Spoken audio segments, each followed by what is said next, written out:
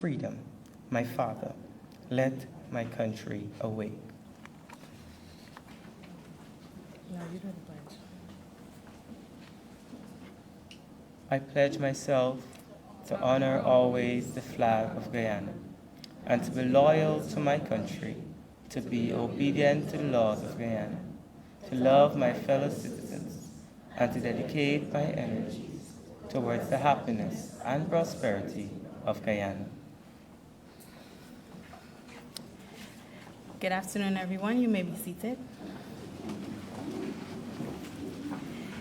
Good afternoon, ladies and gentlemen. When I took this task yesterday, Mr. Blackman asked if I'm nervous, or if I will be nervous, because of the dignitaries who will be in the house. I said we will see when we get here.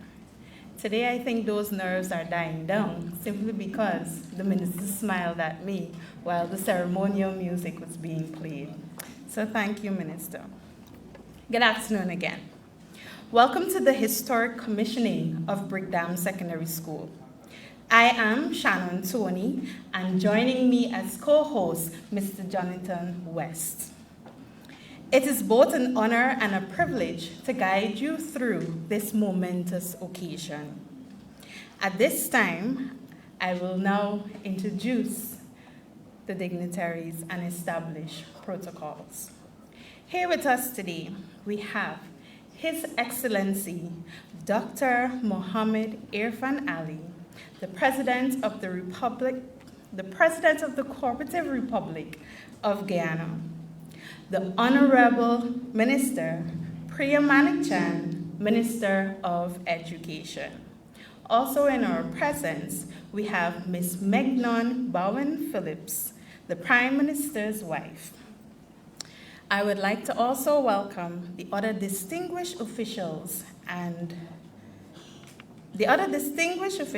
of the Ministry of Education, Chairman and members of the Board of Governors, President and executives of the PTA, parents, guardians, students, special invitees, and members of the media. Welcome, one and all. As someone who understands the tremendous impact this new institution will have on the lives of our students, teachers, and community, today is more than just the commissioning of a building. It is the birth of new opportunities, dreams, and futures.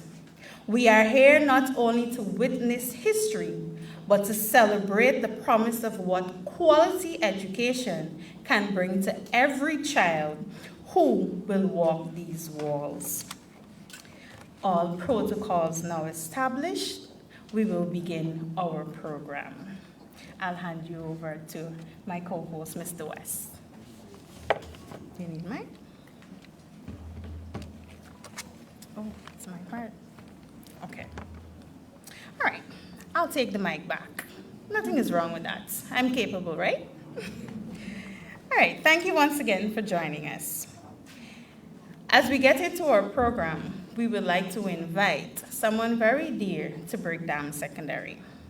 It is now my pleasure to invite to the podium a woman whose leadership have been marked by grace, dedication, and an unwavering commitment to service. Ms. Yvette McBean-Hawker is not only a seasoned educator with many years of experience, but she is also a true embodiment of what educational headship should look like. Calm under pressure, deeply empathetic, and always ready to go the extra mile. I will now invite Ms. Yvette McBean-Hawker to give us our welcome.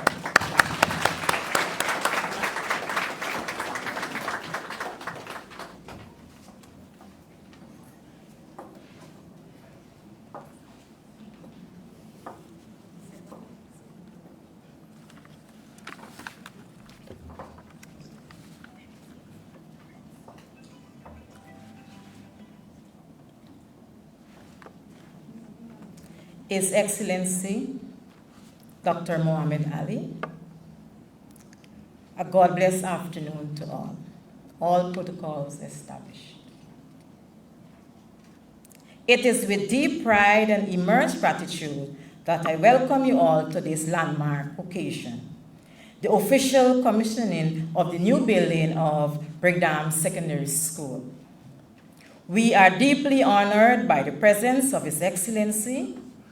Your presence here today sends a clear message that education remains a national priority and that the future of Guyana depends on the investment we made in our young people. Today marks a milestone, not just for our school, but for public education in Guyana. This new facility, now standing tall and proud in the heart of our capital, is more than just a structure of concrete and steel. It is a symbol of progress.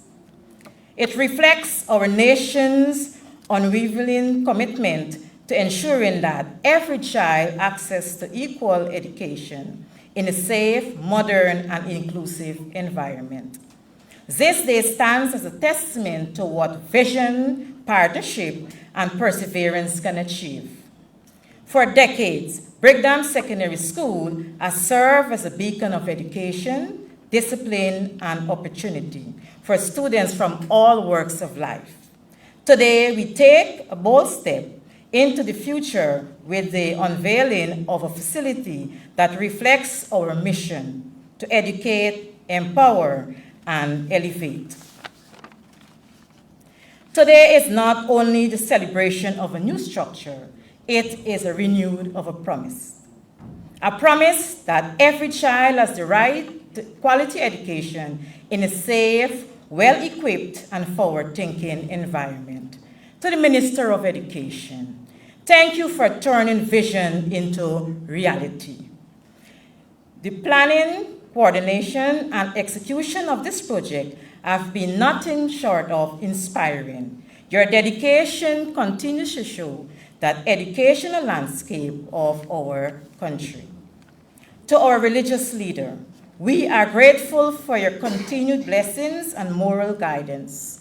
Your presence reminds us that faith, ethics, and unity are pillars of a strong school community. It is my great pleasure to welcome the members of the school board and Parent-Teacher Association to our opening ceremony.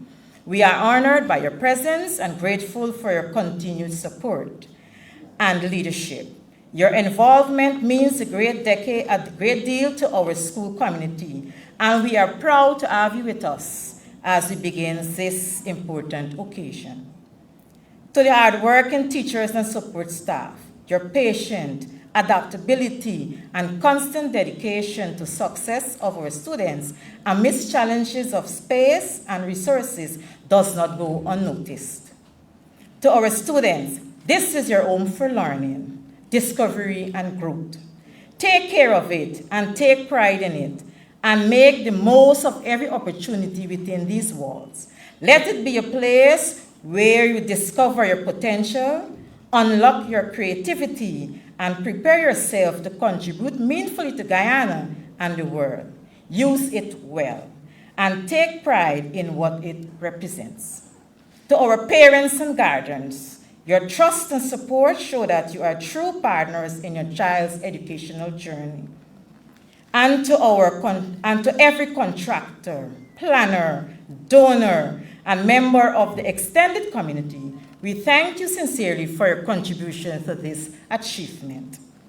As principal, I plan to lead this institution with integrity, dedication, and a relentless focus on excellence. Together, we will build not just a school, but a community that reflects the best of what Guyana has to offer. Let us now move forward with renewed energy and optimism. May this new building serve not just as a space for learning, but as a foundation for excellence, innovations, and national pride. Once again, I warmly welcome you all and invite you to share in our pride and our joy as we officially begin this new era for Brickdam Secondary School. May this school continue to grow, to serve, and to shine. Thank you.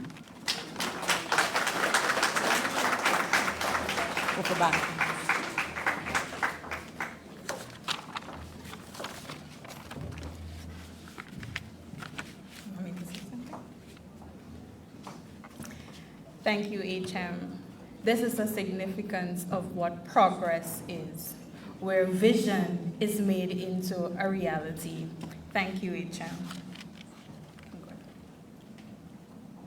Mr. Allen. Now we will be serenaded by the wonderful voice of our very own teacher at Brickdam Secondary. Put your hands together for Mr. Joshua Allen as he comes to serenade our hearts.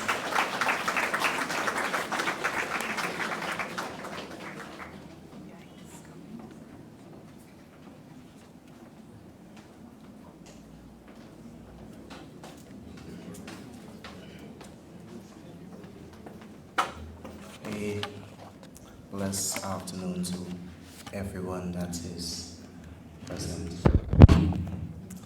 I'll be doing the national song, Guyana, the Free.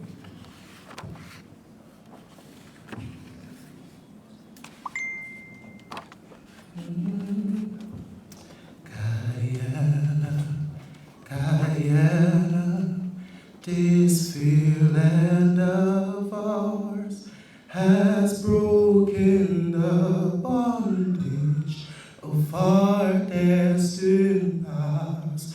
We love you, Guyana, from highlands to sea, and pray God makes worthy your children to be.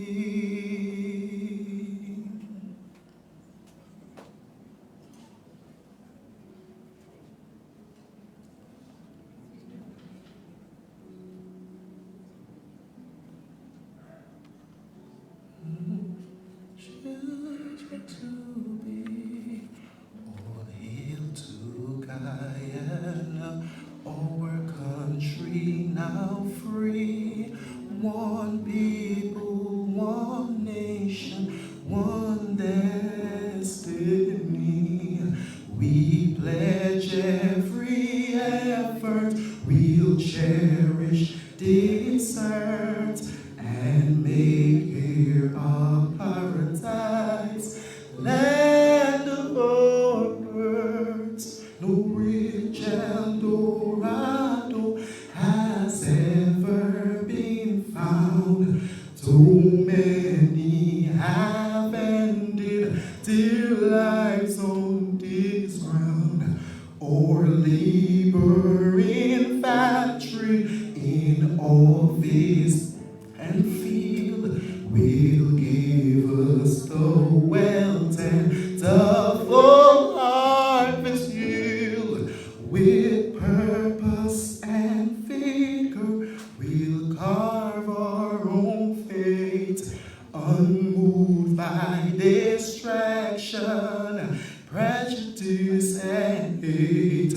Together we'll strive for our new nation's goal, inspired by goodwill and kingship of souls. All hail to Guyana, our country now free. One people, one nation, one destiny. We pledge every effort, we'll cherish this earth and make here a paradise. The land of our birds.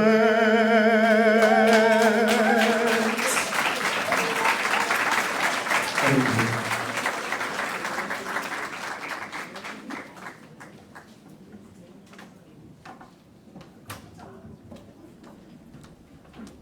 Quite a splendid job from Mr. Allen, don't you think? Surprise. I think he's there now. Well.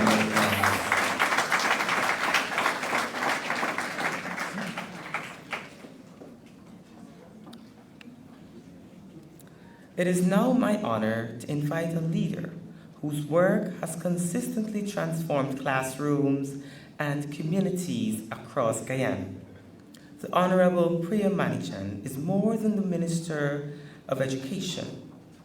She is a tireless advocate for the right of every child to receive a quality education, regardless of their background or geographic location.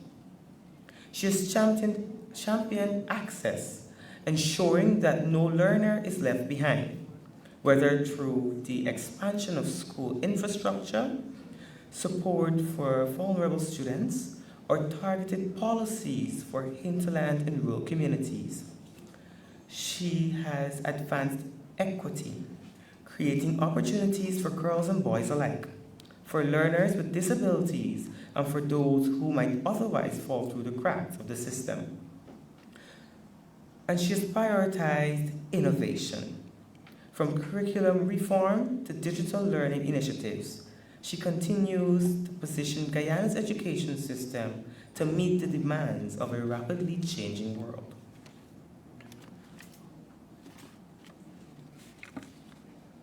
Under her leadership, education is not simply a sector.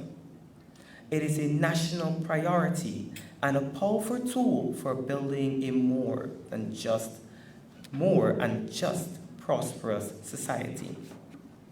Ladies and gentlemen, join me in welcoming the Honorable Priya Manichan, Minister of Education, Guyana, to deliver her remarks.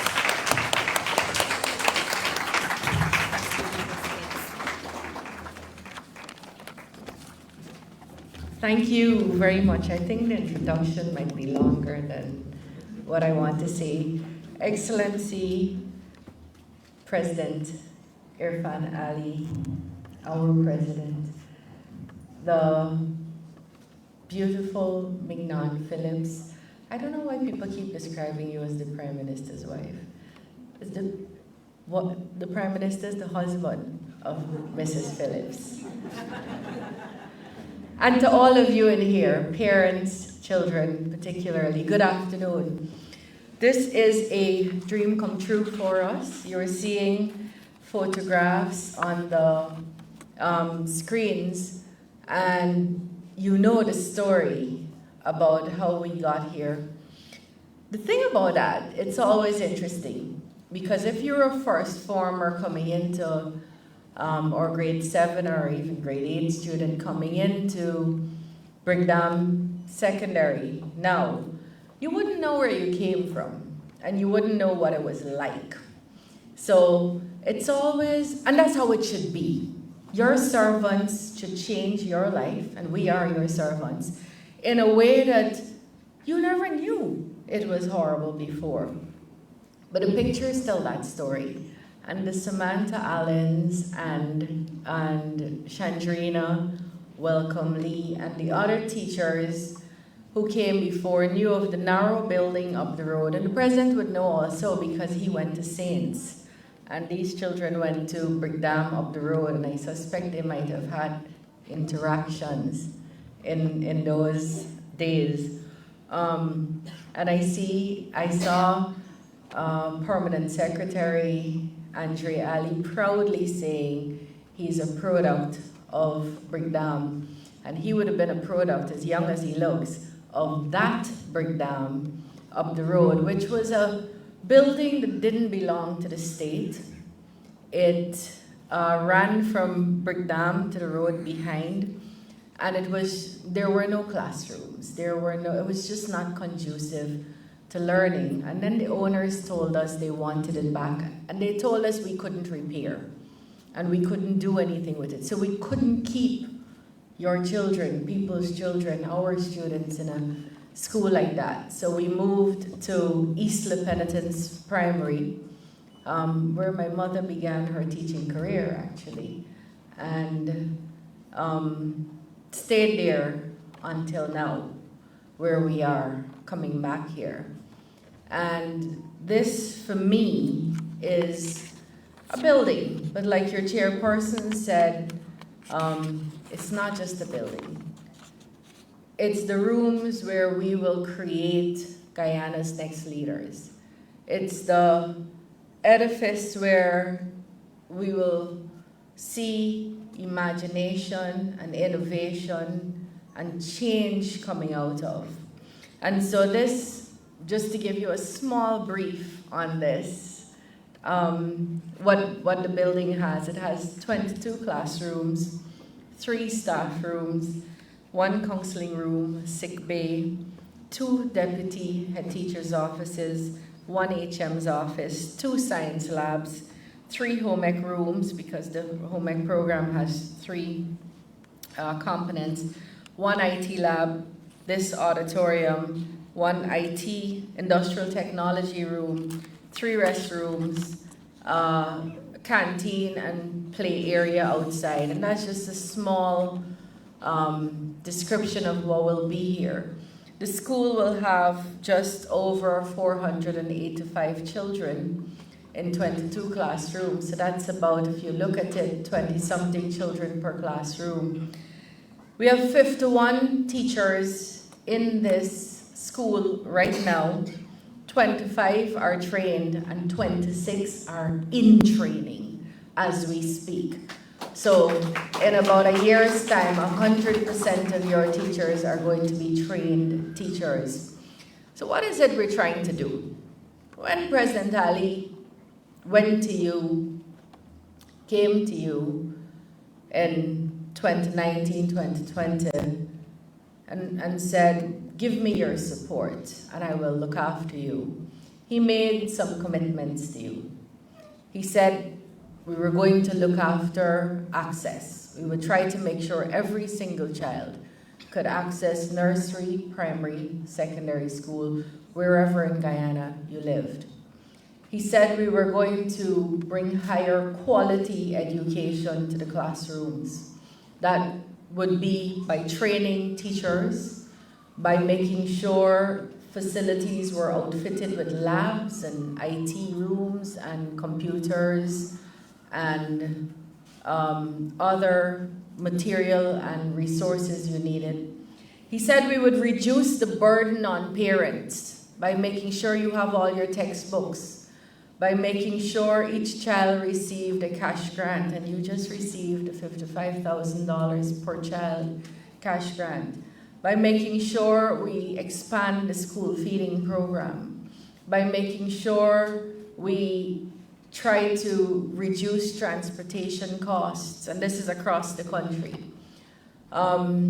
He said we would give you more TVET opportunities so that your children are no longer boxed into maths and English and social studies and science, but that they could be whatever they wanted to be because there was a wider variety of subject areas and curriculum content. These are all promises that were made, and I'm happy to say here that these are all promises that were kept.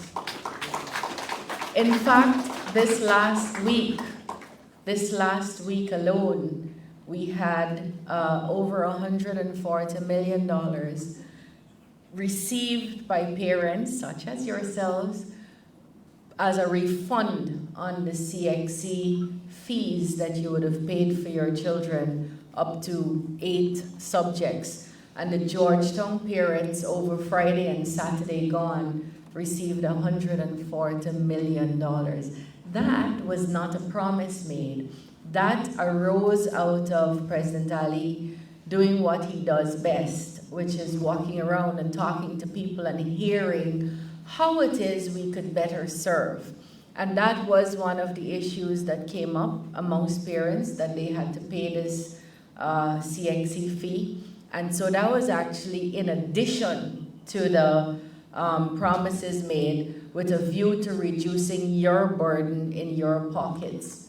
And so what did we meet? Last night, I heard my good friend Ganesh Mahipal saying that their plan would be to put counselors in schools. When you do your tour, you'll see the counseling room. This school has 2 counselors. Out of our 117 high schools, 97 of those schools have 1 or 2 counselors already. We've done it. We did that, but they're not paying attention. what did we find? And it's a story worth telling. Right here in Georgetown in 2020, the superintendent of exams, she's now our ACO secondary, or Assistant Chief Education Exams, Assistant Chief Education Officer for Exams, said to me, very panicky, that we have a problem. Because at that point, schools had been closed for 5 months, from March to August, if you remember. Exam results were not out. The NGA results were not out as yet. And she's for 2020. And she said, we have an issue that you have to deal with. I said, what's that?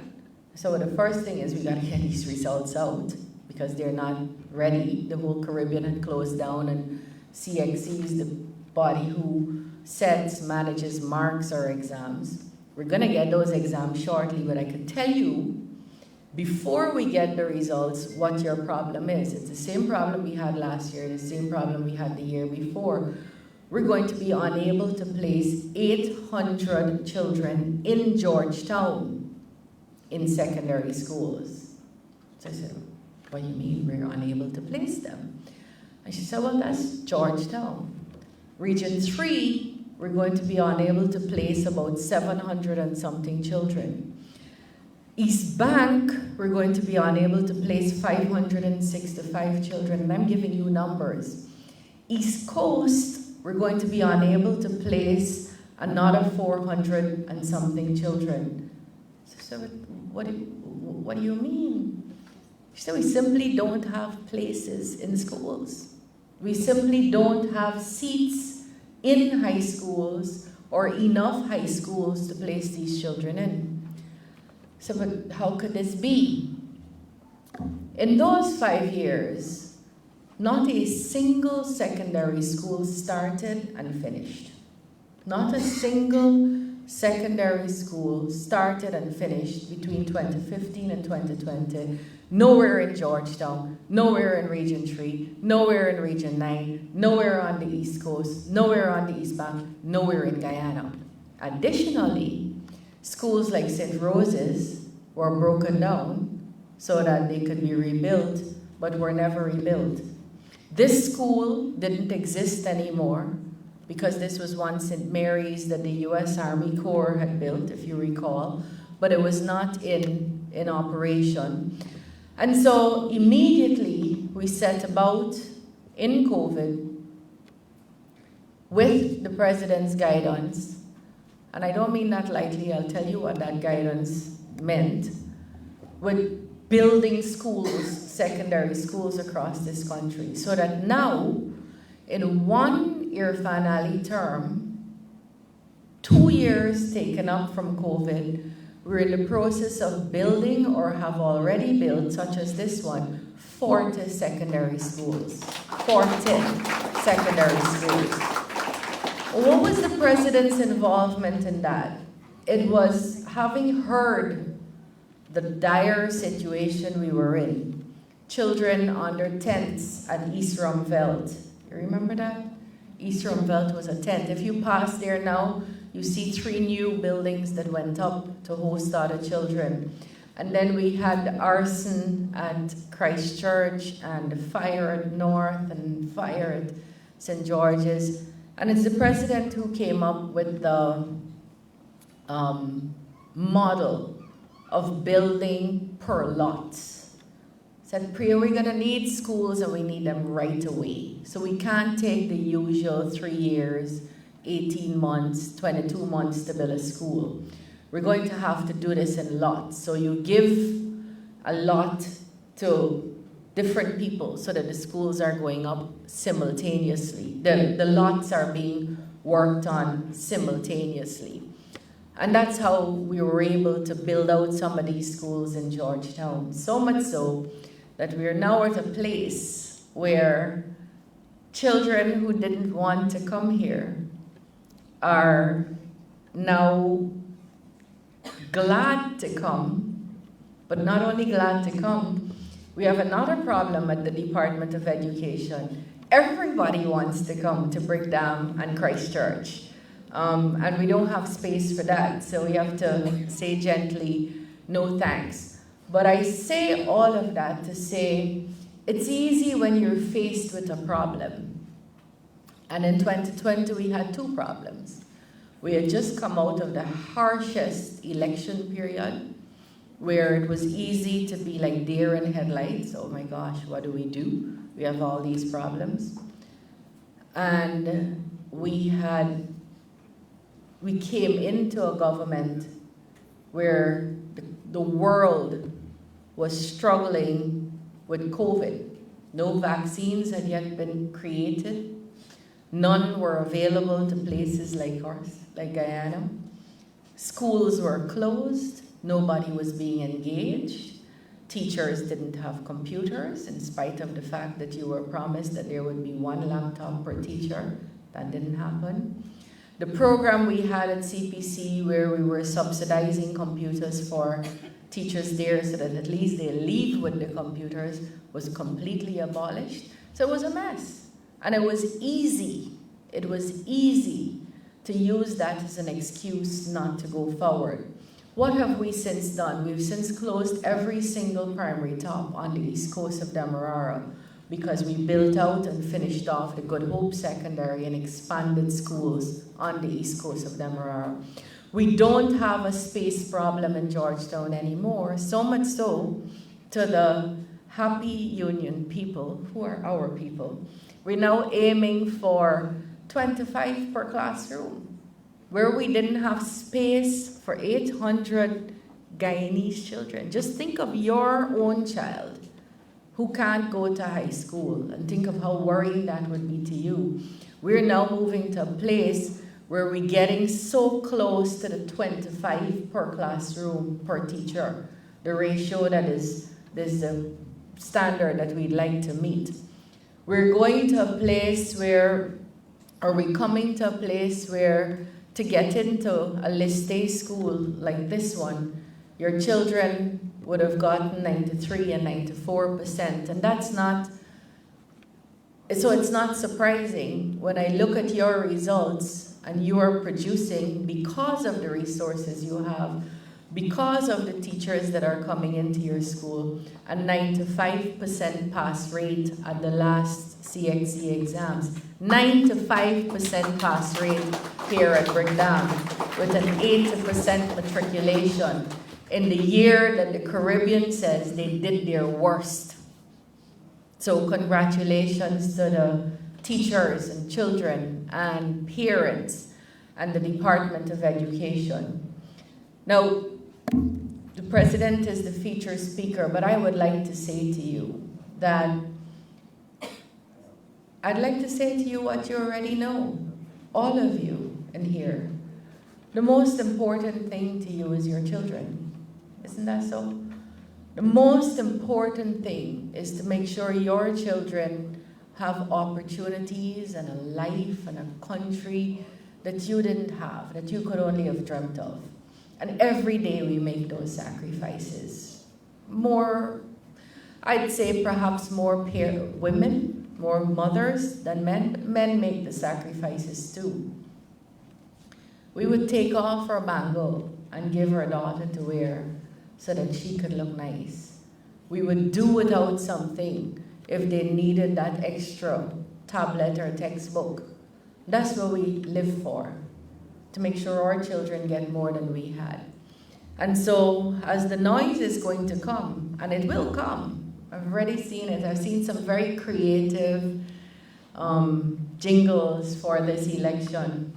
A lot of them, sir, love you, about your finale being the best for the country, and the t-shirts are creative, and the hats are, and the buntings and so on. It gets very noisy. But what is your job and your duty in your children's life? It is to remove the noise. It is to remove some of the traditional hurts. It is to remove, in my view, some of the entrenched behavior that has no reason. It's just entrenched because that's how we have been brought up and taught. and look after your children, yourself, and your family. And that's your role on September 1st. How do you make sure that your children are getting the best? How do you make sure that you're not cutting off your nose to spite their faces by saying, well, this is what I'm accustomed to for all these years, and this is how my navel string berry, and this is how my grandmother used to vote, and this is how and these are all the stories I heard. So you do that and then hurt your own children. Not when we make these kinds of sacrifices that I see every single day for children. So September 1st is not about the noise and the jingles and the music. September 1st is about you. You having the power to decide what your life will look like in the next 5 years. You having the power to decide what your children's school life will look like in the next 5 years. You having the power to keep those textbooks in their book bags. You having the power to keep that math intervention going so that they could pass mathematics. You having the power to keep the University of Guyana free so that when they are finished, they can move on to law or medicine or accounting or whatever else it is they want to do. You having the power to reject the already made promise that the gold scholarships, which is where you could study in 20 foreign universities at no cost to you for degrees and masters and PhDs, the promise has already been made by the other party that they're going to abolish that. You have the power to keep that for your children or your nieces or anybody else's child who wants it. So this September 1st is going to be about you and your children and your life. And don't let any noise get in the way. We could jump and wave, and that's a beautiful part of our democracy. And we could sing Alison Hines' Massive and Let It Blow, Blow, Blow, and so on, all of that. But don't forget why and what power you have on September 1st and what you must do with it. I am telling you that we commit to you, wherever we are, because you've seen that, and we know where we will be. We commit to you that we will never stop being your servants. Never stop being your servants. That's who we are, led by Irfaan Ali, your president, led by the other people who serve you. We will never stop being your servants. But you have a role to play in this partnership and going forward.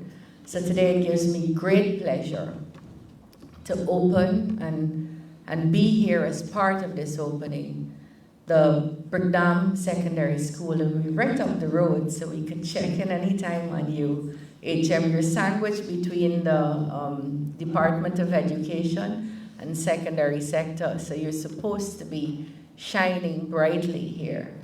I hope you've seen that we love you and that it's real and that it's not just a promise. This is the deliverance. This is a tangible expression of our love for you, our love for your children.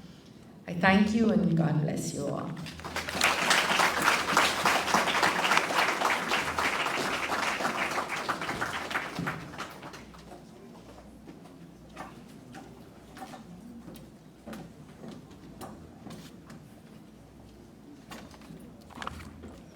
We see the love, Minister. Here we are in a spanking new building, so we know you love us. Minister was talking about the various rooms that we have here at our new Brickdam. And I was telling my sister yesterday, I can't wait to smell fresh paint on a new classroom. So I'm really grateful for this, so the love is felt. Thank you, Minister, for your remarks. It indeed brought us home to where we are. I believe I read somewhere where you say education is not a punchline, and it shouldn't be. This structure is a testament that it's not a punchline. It is something that we are actualizing so that we can make leaders. In addition to the PS, you spoke about, I think Mr. Omar Khan is also a Brickdamian. So Brickdam brings out quite a good crop, I should say. I'll now hand you over to Mr. West. Thank you, Ms. Tony. In a place where words cannot be expressed, we resort to that of tears, emotions, and movement. At this time, put your hands together for our very own Zanaya Green as she comes to perform a wonderful dance for us.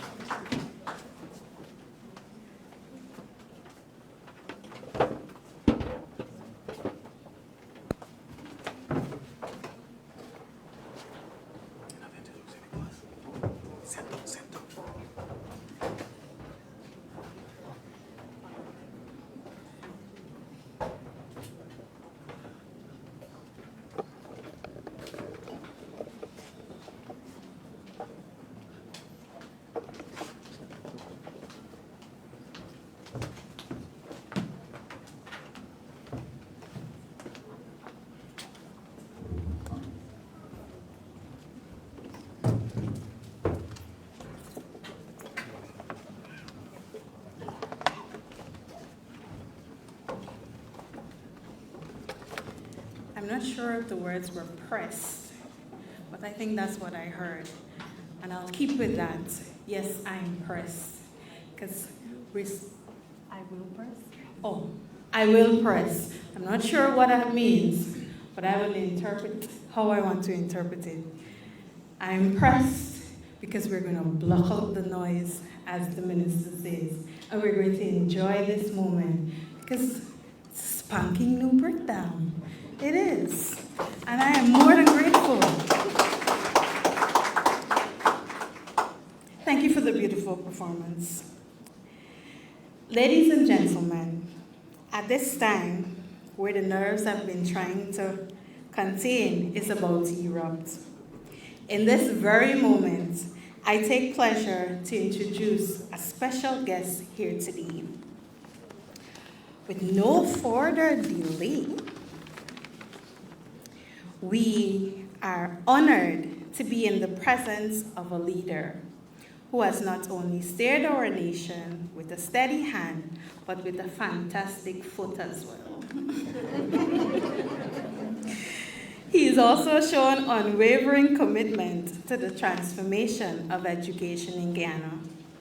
President Dr. Mohamed Irfaan has consistently championed the importance of equitable access to education, especially through the Because We Care cash grant and the Goal Initiative, where people like me and other Guyanese have access to free education. His Excellency has been a strong advocate for education as the vehicle to nation development, youth empowerment, and bridging social gaps. He believes that every child, regardless of geography and background, deserves a quality education. He is passionate about building a system where technology and innovation support learning, and where teachers are elevated and empowered. Please rise as I invite His Excellency, Dr. Mohamed Irfaan, President of the Cooperative Republic of Ghana, to deliver the feature address. Thank you very kindly. Please all have your seats. Thank you. Mrs. Phillips, please let the Prime Minister know I'm waiting for my breadfruit. Minister, our dear teachers, head of Brickdam Secondary, parents and students, leaders in the education sector, members of the media, today is indeed an exciting day in the life of Brickdam Secondary. I'm told that some very close persons around me would have passed through this institution, including the Colonel here, Echil, who has very important national responsibility. Our finance secretary apparently was in the same class with him, the finance secretary of the country. So Brickdam has a lot of assets, national assets, and you should be very proud of what you produce. I ask you to put your hands together for yourselves here.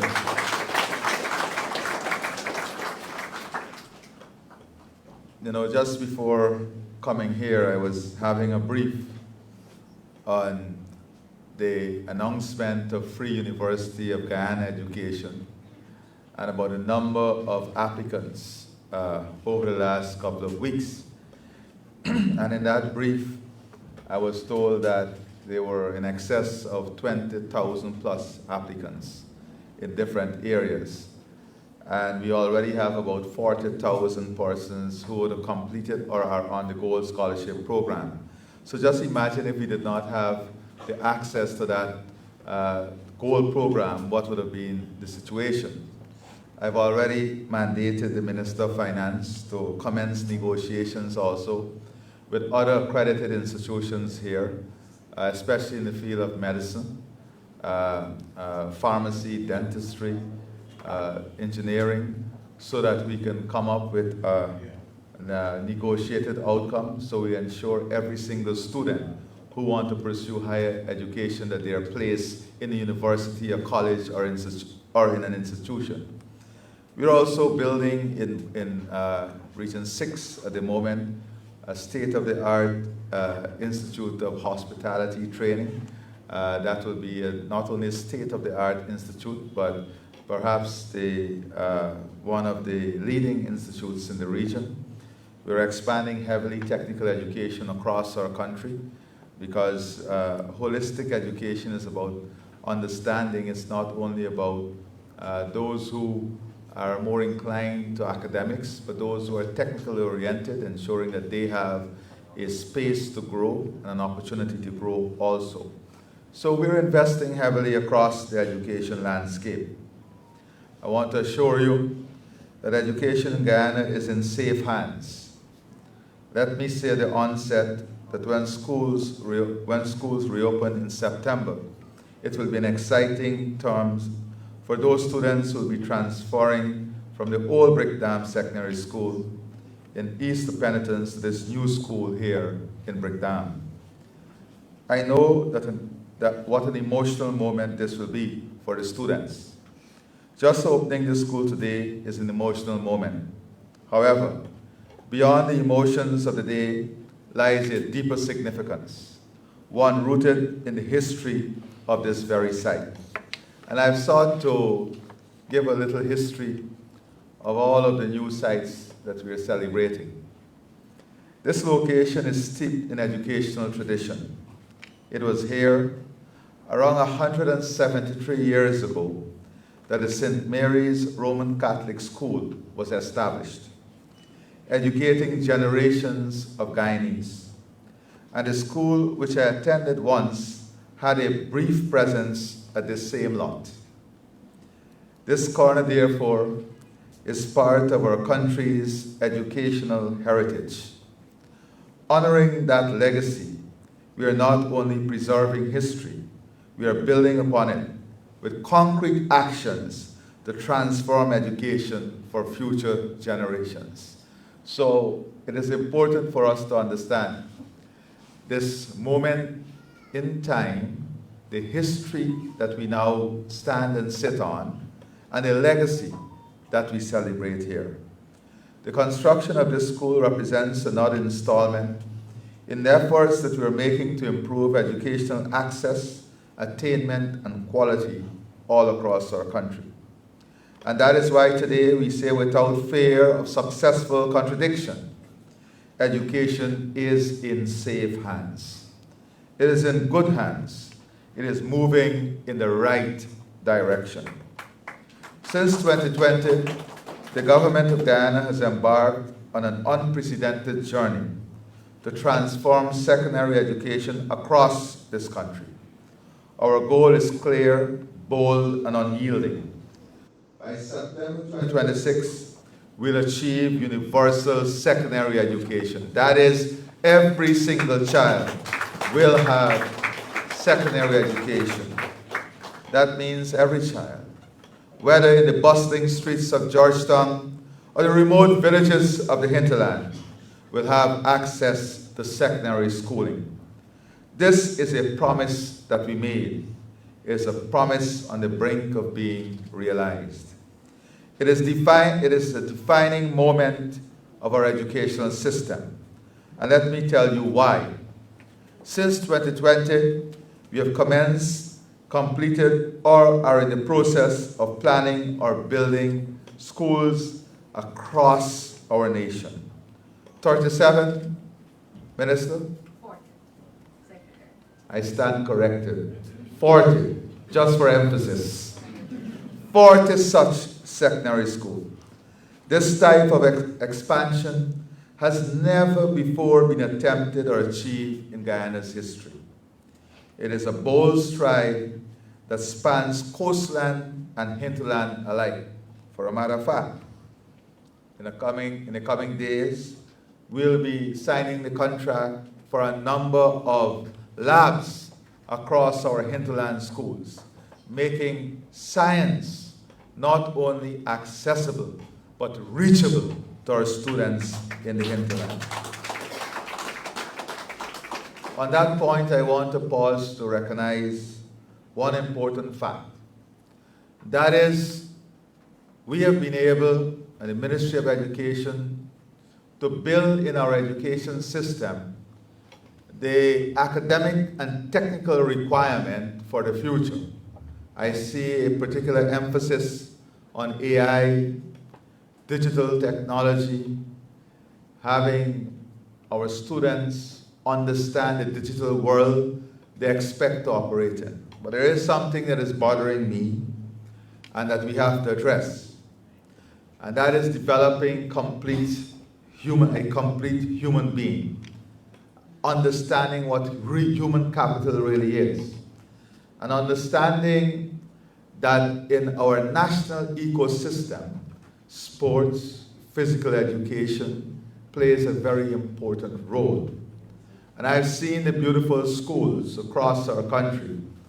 And in the next 5 years, great emphasis would be placed on recreational facilities to support our academic education. To this end, I want to see in the education system Friday afternoons after lunch completely dedicated to sports and physical education. I believe strongly that if we are to make a shift from the device-led world to a human-led world, we need to make these important changes. And I would say that one of the priorities would be reorganizing our education system to make Friday afternoons completely dedicated to physical education, recreation, and sports development. We are not just building schools, we are creating opportunities, entrenching equity, and fostering greater quality. No longer will students have to travel miles or be confined by geography to access quality education. This government is turning access into action, because education is not a privilege, it is a right. We have always embraced the principle, that principle, and today is another manifestation of the right of education for the nation's children. We will end the practice of primary top schools, where some secondary subjects were offered in primary schools after grade 6. It is high time we give effect to universal secondary education, and by this we mean 5 years of secondary education for every child in Guyana. Now with the new schools and resources, we can ensure that secondary education happens fully and properly in secondary schools. The future of education in Guyana is not only bright, it is brilliant. But this transformation is not just about buildings. It's about investment in people and in quality. Since 2020, we've injected almost 600 billion Guyana dollars into our education sector. Yes, $600 billion. This is an investment in the brains, hearts, and hands of our children. In the 2025 budget alone, we allocated $175 billion, more than 3 times what we spent in 2019. Much of this surge in funding has gone directly into constructing new schools, renovating existing ones, and maintaining our educational facilities to the highest standards. And yes, we also know that investment in our teachers is critical. That is why we now give our teachers the full opportunity to be trained and then to be trained graduates. And in addition to that, we are incentivizing every single level of educational attainment for our teachers, because we know when they train and become better, they will give our children better quality education. Our teachers and all those in the education sector can be assured in the coming years of not only greater salaries, but greater opportunities to invest in your country. Greater opportunity in which you can grow your personal and family wealth. Greater opportunity in which you can pursue your own dreams with having the facilities to support you, including daycare centers for your own children, whilst you are out there training and teaching the nation's children. These investments are beginning to turn into results, to turn out improvements. For example, our national grade 6 assessment performance surged from 49% in 2024 to 63% in 2025, with 69.2% passing English and 55.5% passing mathematics. This is not just about the buildings, this is about the investment we have made in the system, the investment we have made in the learning channel, the investment in textbooks, the investment in the supporting infrastructure for our teachers, the school grants that now give our teachers that added tool of buying the material that would help them to enhance learning in the classroom. We are not just spending, we are investing smartly. We are building futures, the future of our children and the future of our educators. This is why I say again, education in Guyana is in good hands. Our efforts extend beyond Georgetown and the coast. One of our key priorities is to narrow the educational gaps between hinterland and coastland regions. For decades, these gaps have hindered our national progress, but not anymore. We are increasing access to schools and learning resources in the hinterland. The majority of the new schools that are being constructed are being built in hinterland regions, Region 1, 7, 8, and 9, but access alone is not enough. And when you look at some of these schools, the environment in which they're being built, you look out of the windows here in Georgetown, you see massive buildings around you. You look out the windows in hinterland, you see the rolling hills and mountains and beautiful savannas. And we want our children in Georgetown to experience that. So in the next 5 years, we have to do a lot of work also in enhancing school tours, letting our children learn about their country's geography, their country region, social studies in different environments. We have to be able to have exchange program among and between schools so that our children can grow up knowing what all of Guyana feels and look like. That is the type of investment that must match the investments that we're making in infrastructure, buildings, and development of human capital. For the hinterland regions, Region 1, 7, 8, and 9, we have seen an increase in recruitment of trained teachers by more than 300%. Another key pillar of our strategy, as I said, is to narrow that gap. Over the past 5 years, we have trained more than 4,300 teachers, a record achievement. Today, the hinterland boasts 2,435 teachers, of whom 83% are trained. That is nearly double the 43% trained figure in 2020 in just 5 years with 2 years of COVID. This is progress. This is transformation. This is not by chance. It is by choice. The choice we have made as a government to equip our educators, empower our students, and elevate our communities. The third strategy is narrowing the education gap is digital technology and re-education and e-education. Through smart classrooms, internet access, and innovative learning platforms, hinterland students now have access to better tuition and resources than ever before. Here in the coast, you will now have access to a digital school 24/7 that reinforce learning and give you an opportunity to be in a learning environment at your own pace and in your own time. Distance no longer means disadvantage. With school you go to after common entrance no longer mean disadvantage. We are building the infrastructure to give equal opportunity to every single student. Technology is the great equalizer, and we are putting it in the hands of every child who walk through our school gates.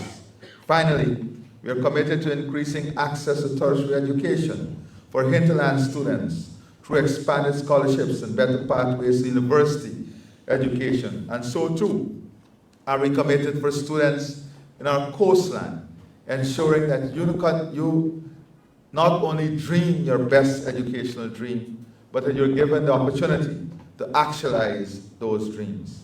Because education does not stop at secondary school. It's a journey that we must support at every step. We have had our challenges. In recent years, the tragic fires at St. George's School and Christchurch Secondary School destroyed these structures and disrupted the students of these schools. But we did not stand still. We rebuilt those schools bigger and better. And here at Brickdam, the students had to be temporarily located at Easter Penitence. Today, you're back in a modern, well-equipped building with better facilities, a school that reflects our commitment to excellence and care. We are not just building back, we are building forward, stronger, smarter, and more resilient than ever before. Over the past 5 years, we have proven that with vision, commitment, and resources, we can transform education in Guyana. We have a vision for education. We are not feeling our way in the dark. Our overall goal remains unwavering: to create a world-class education system that empowers our people, strengthens our communities, and drives national development. We envision an education system that is accessible, inclusive, equitable, and provides the best education. It is a system that equips every learner, regardless of geography or background, with the knowledge, skills, the values to thrive in a rapidly changing world. A system where every child's potential is unlocked, where no talent is wasted, where education is a bridge to dreams. Our record shows that we can accomplish when we put our minds to it. Our education policy is in pursuit of this vision, and is being guided by 4 truths. The first truth is, education is the key that unlocks the door to opportunity, and Guyana holds that key firmly in its hands. Education remains the most powerful instrument for personal empowerment and national transformation. It is through education that we equip our children with the knowledge, skills, and confidence to grasp the opportunities that lie ahead. Today, Guyana is not merely speaking about the power of education, we are wielding it. We're not waiting for opportunity, we are preparing our people to create it. The second truth is, no child will be left behind, no region will be left behind. This is more than a mantra, it is a moral commitment. For far too long, disparities in access and quality of education have left our hinterland and rural children at a disadvantage. This government is changing that narrative. Whether a child is in Lethem, Bartica, Port Kaituma, or Georgetown, they deserve the same level of quality education. With the construction of schools in every region, targeted teachers recruitment, digital connectivity, and increased scholarship opportunities, Guyana is leveling the playing field. We are lifting up every child in every region because we believe in equal potential and shared progress. The third truth is, building schools is about building futures and building Guyana. Every school we construct is an incubator of talent, ambition, and leadership. The new secondary schools we commenced since 2020 represent the most ambitious education infrastructure expansion in our nation's history. In so doing, we are building futures. We are creating safe, modern, and inspiring environments where dreams can take root and grow. And by doing so, we are building a stronger, smarter, and more prosperous Guyana. The fourth truth is quality education for all, not tomorrow, but today. We cannot postpone progress. The urgency of now demands that we act with purpose and precision to deliver education that is relevant, inclusive, and excellent. That is why our reforms are not aspirational plans tucked away in the future. They are happening now. From digitized classrooms to trained teachers, from modern textbooks to meals in the schools, from renovated facilities to free university education, we are delivering real change in real time. Our children deserve the best, not eventually, but immediately. In Guyana, quality education is no longer a distant promise. It is a living reality. As we go forward, let us walk this journey united. Let us teach with passion. Let us learn with purpose, because the future is in the classrooms, and the future starts here today. I want to thank you and God for giving us the patience, the leadership, and the blessings to enjoy yet another significant accomplishment of the education sector and of our country. Today, we have much to be proud of. We have much to be grateful for. And it's important that we be grateful for our country, for its development. It is important that we be grateful for our teachers and our children, because as we see in the world today, and even here, our children are growing up in a new environment. They're growing up with a lot of distraction. They're growing up with a different sense of responsibility. They're growing up with a different sense of reality. And that different sense of reality and responsibility can destroy them or enable them. When children today grow up not maybe knowing what their parents went through, what their grandparents went through, the type of sacrifices and responsibility that define life itself. Waking up in the morning, helping your parents with chores, going to school, coming back and knowing that you have responsibilities in your home. Those things are no longer there as they were before, because of the advancement that we are making, because of the advances in society. But don't let that destroy what growing up really means, what understanding responsibility from a young age really feels like, what understanding equity in roles that we play in our homes and our community really means to children's development. You know, when you reflect on life, and I reflect on life, I can say that I have, when I was younger, I did not appreciate it, but today I appreciate the fact that my mother would give me the map and say, go and clean the floor.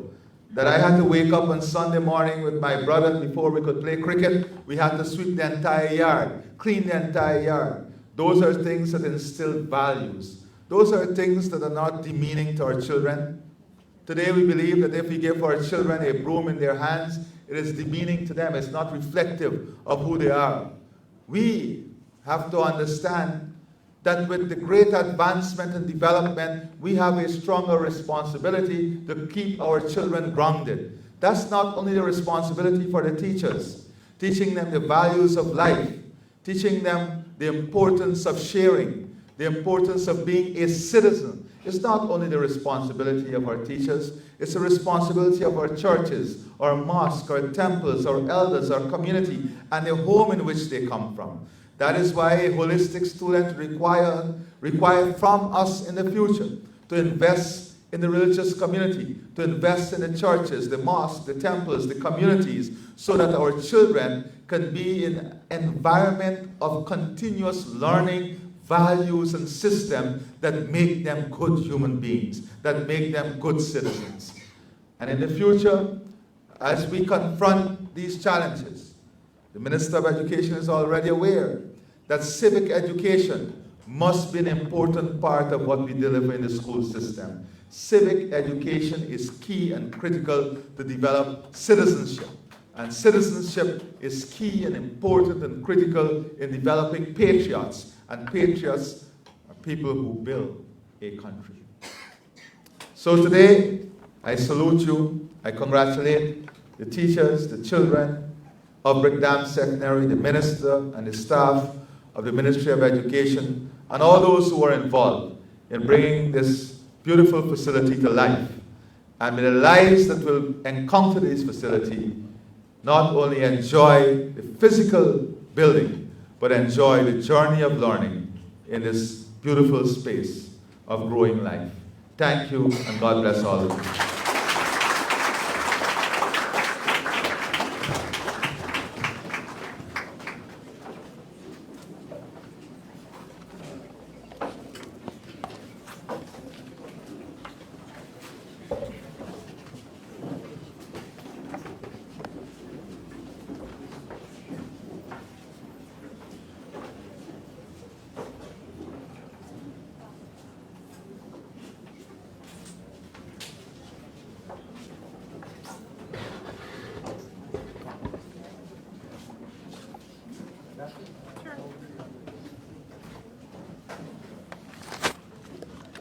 Thank you, Mr. President.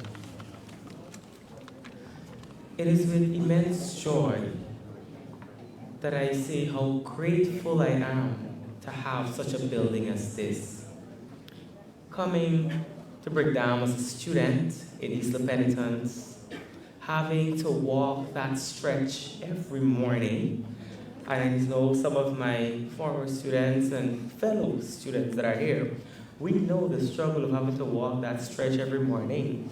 Back or front, rather, matter of fact, right? There is no safe, it wasn't safe, this one, and then the stretch was so long. But now we are in the heart of Georgetown. Where we were, there was no churches or royal castle and all those things.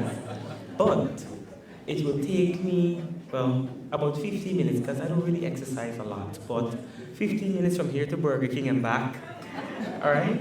And so I am really, really grateful that we are back in a space where we can say, we are Brickdam Secondary. On Brickdam.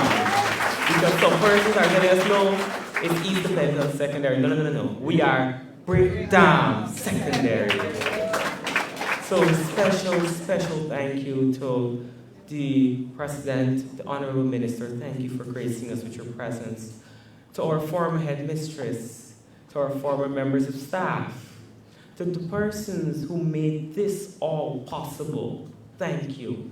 To the team at NSERD. Everyone has expressed how much they are in love with the library. And so to the team at NSERD that did that, props to you. We are indeed truly grateful. To our headmistress, our deputy, our senior teachers, our parents and students.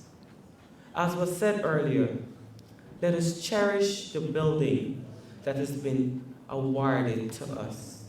Because you might be a student now, but in some time, your child might be coming here, and you will have to say, well, Georgie, the same class you sitting in, 2,000 years ago, I was once here. So, no more of me, but once again, thank you. Thank you all for coming, and we really do appreciate your presence.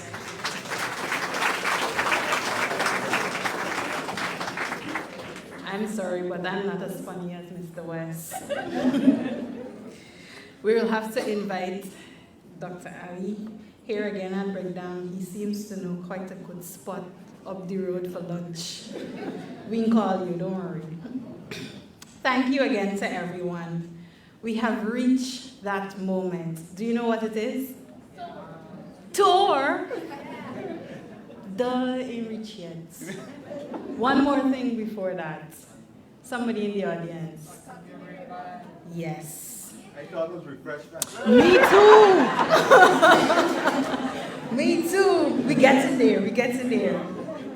I now invite His Excellency, Minister of Education, and the company team to proceed to the front, where we will have the ceremonial ribbon cutting and the unveiling of the commemorative plaque. So if you can all just stand and follow along. Thank you for coming. Thank you for coming too, just in case I don't get to say anything afterwards.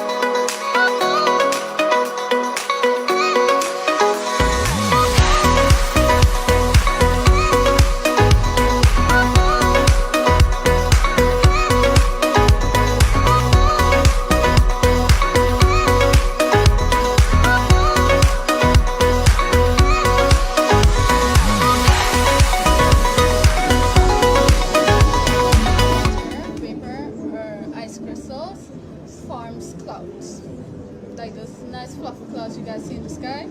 That's how that happens. So precipitation. Yeah. Yeah. Precipitation is when like the clouds get heavy. You know how you get rain, snow, and hail? It's when the clouds get heavy and it drops down and everything comes down, you know? Now you know. All right. Now you know. Now you know. Hello, good afternoon. My name is Myra Clark and welcome to the chemistry station. Here we have a variety of instruments and chemicals. This is a separating funnel. Here we have two insoluble mixture. This is colored oil and that's water. So since oil is less dense than water, the oil will rise to the top and the water will go to the bottom. So to separate them, you want to turn this little nozzle here and the water will drain out. And when all the water is gone, you close it to leave the oil in there. And here we have this. This deals with distillation. So you want to apply a source of heat under here. And in here it's going to have two mixable solution.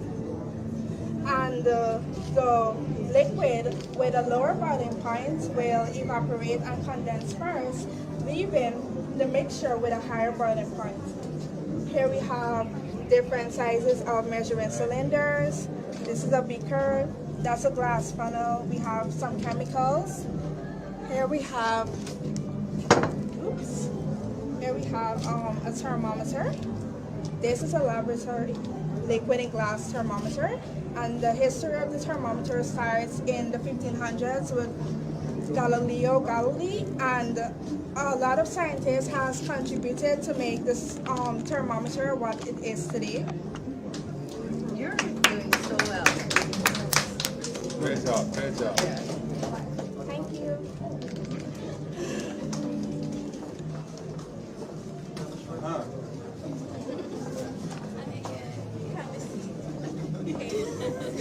Where's Mrs. Phillips? Here I'm demonstrating a filtration experiment.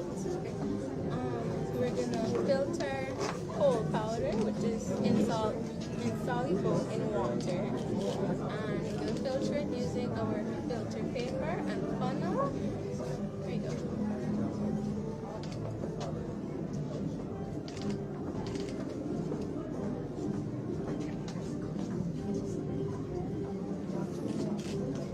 As you can see, our water is now clear and no longer has the coal inside of it. We're gonna let this drip, and if we move on to here, we can find the volume of our rocks using this tool. I can't remember the name, I'm sorry. And our scale. So first, we're gonna measure our rock to find its mass. It's a bigger one. Here we have its mass. So yes, there it is. And now we're gonna place it in the water to find its volume.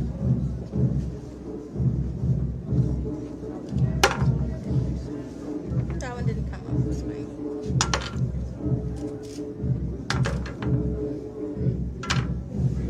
Oh, the water's too low. Sorry. Oh, the water is too little bit. I think the mass is too little. More mass to get. I'm sorry. Oh, we're having that. Anyways, typically, if the mass was heavy enough, and we did have enough water, the water would rise due to the mass of the rock, and our water would come out here, and we'd find the volume of the rock in the water. We can move on to another experiment. Okay, here, you can have it today. Here, we're going to look at magnets and how this works. So, well, we don't know which side this magnet is. Do you know if this is north or south? Side is which? Without looking at it. Do you know? You think I know? Can you tell me which is which then? Which is north? Yeah, which is north and which is south? Without looking at it. Wow, difficult question.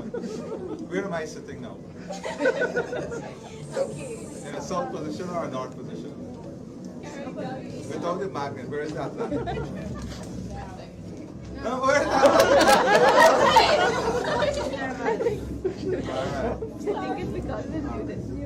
So I can teach you the boys what it taught me in the army. So they tell me what the sun, knowing where does the sun set? Oh, you're doing great. You're doing great.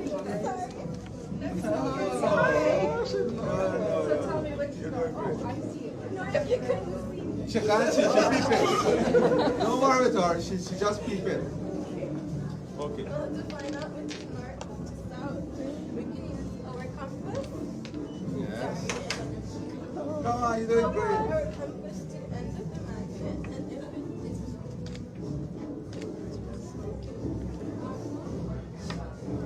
okay, well, if it faces away, the end of the compass faces away, it's north, and if we wish to move it down to the end here, it'll point in, and we'll know that's south. Everything, can I try it? Right there. Okay, so this is a magnet, right? Yeah. And I put it here. Points in, that's south. Okay, let's try. Points in, south. So you see what happened there now? Yeah. Why? You know why that is happening? Because it's between two magnetic points. Yeah. So you're not getting any reading, right? Am I right, sir? Correct. The scientist is there to guide you. And let's go now, right? Let me try what you tried. So you go there. It's pointing in, so it's south. So it points to south, right? No, it just points into the magnet, so you know it's south. If you was to bring another one here, it would point away from the magnet, so you would know it's north. Right. So the side that point into the magnet is south, Yes. and away from the magnet is north. Not yes. All right. Okay. Next. So let me give you my own theory now. So if you're in the jungle, and we want to know, and I don't have a compass, and I want to know where is north and south, what it taught me, what Mrs. Phillips' husband taught me, is that you look up and you look at the sun, and the sun have a way of telling you where we are, right? Because we know where the sun sets and where the sun rises, right? And when we know where the sun sets and where the sun rises, then we So this in the middle. You are waiting till the It's light midday. sets. Wait till the light sets. Or you know, if it's midday, look at very the shadow cast. Yeah. You married to a military No, man. I would wait till night time to see the shore is west. And then we look at where the Atlantic is. Yeah, that one I use. And then, so, if we don't have a magnet, but the scientific way is that there's a magnet in every compass, right? Yeah, the needle of the compass is made from a magnet, so it will automatically point to the north because the earth also has a magnetic field. All right. So that's the scientific That's reason. the scientific Because the earth has a magnetic field. Correct, correct. All So when you- right. We together on this, eh? Yeah, man. We can see here with the two magnets that unlike poles will not We can go attract fight the big magnet help. fight. Just out at once. Good job.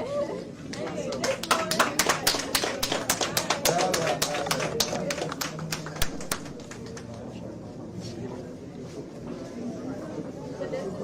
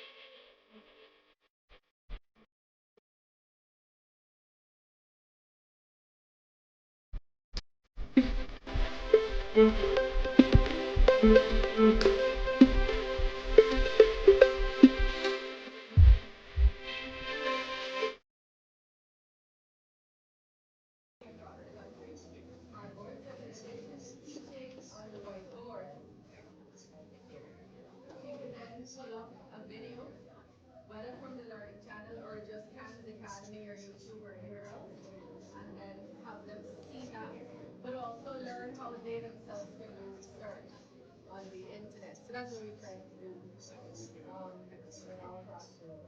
You guys like this? You like learning like this? Is this better than the chalkboard? Yeah. Well, you get to learn a lot of, do a lot of exercise with it too, right?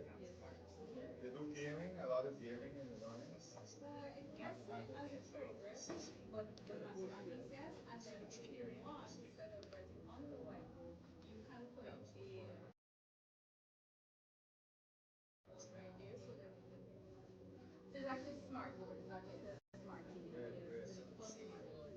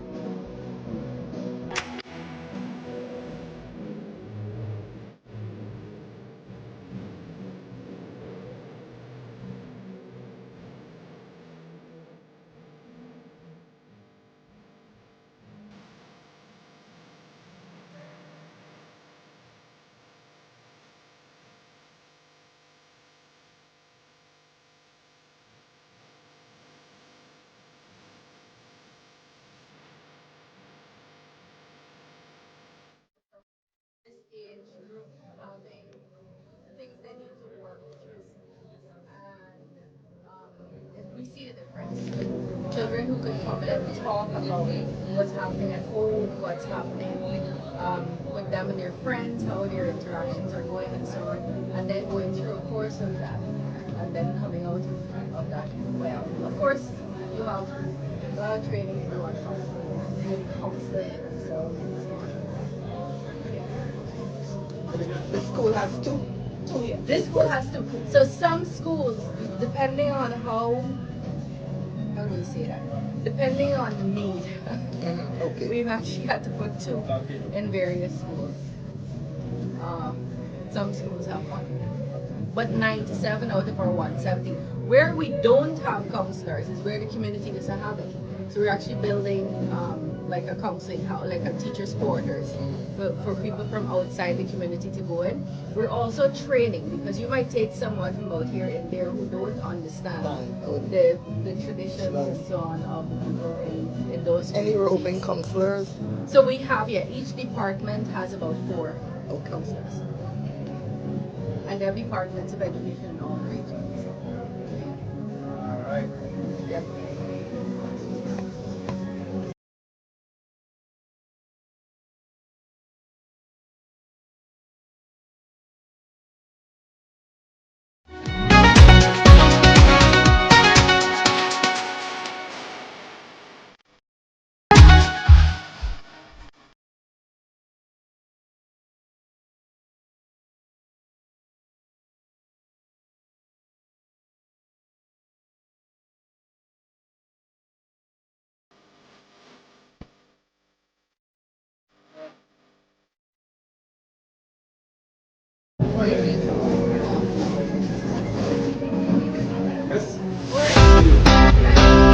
We're waiting to see you.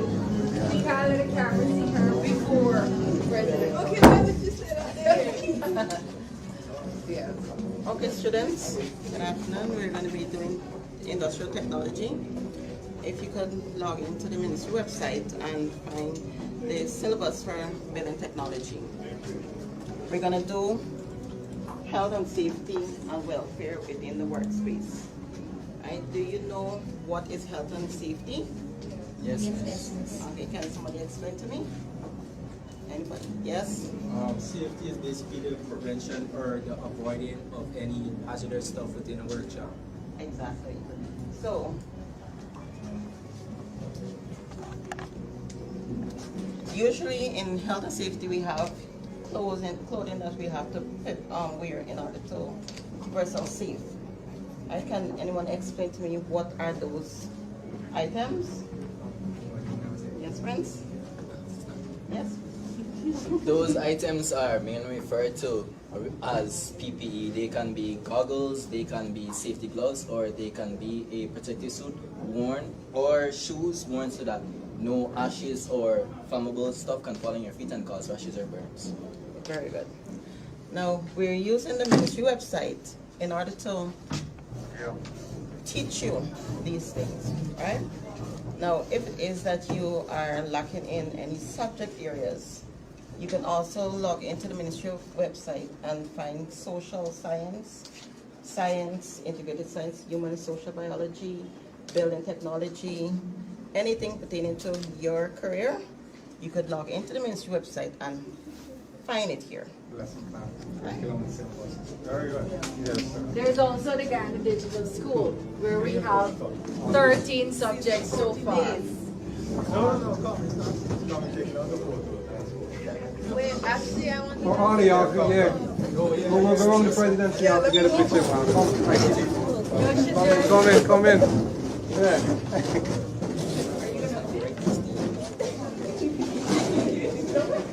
You stay out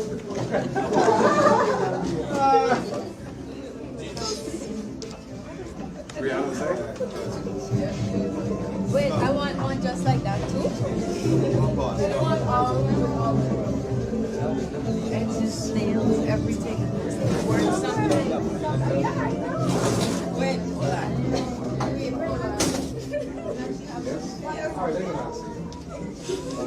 Wait. Okay. Let's see that one. Let's see that. There's a new one. Wait. Whoever recorded that, can you put that in this?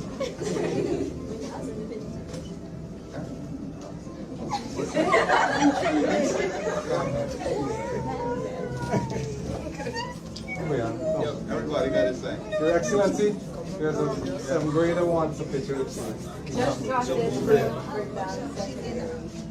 Where are you coming from? He's from the primary branch. He just got Second generation. Second generation, right? So you were the father? Oh, there you know what y'all should do it together. Come back together. That's your dad.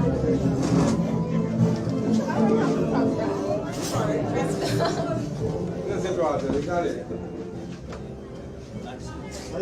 Take him on. You know that, see?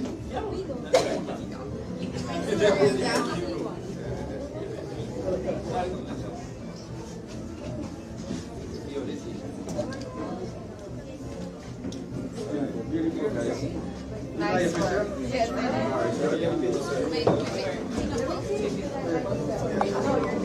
Oh, wait, no, wait. You know, it's so gross. So my little ones always keep breaking. I don't know what that's. Yeah, my own crack. And I had to.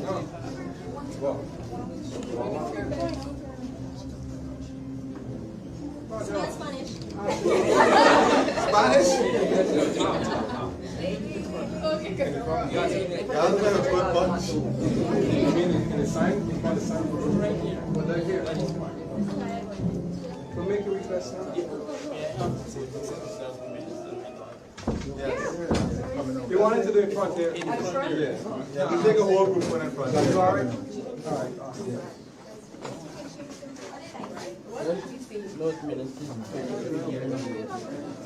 I know.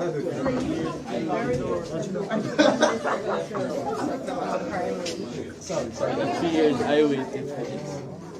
I'm just trying my best. Yeah, good. Thank you. Yeah. Come on, guys. Yeah.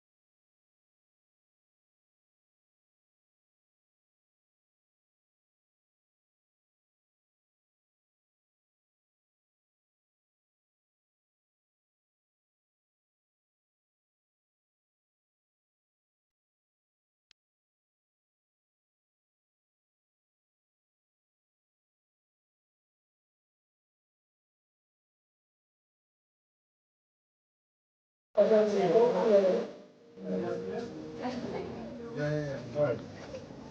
Ready? Don't talk about right.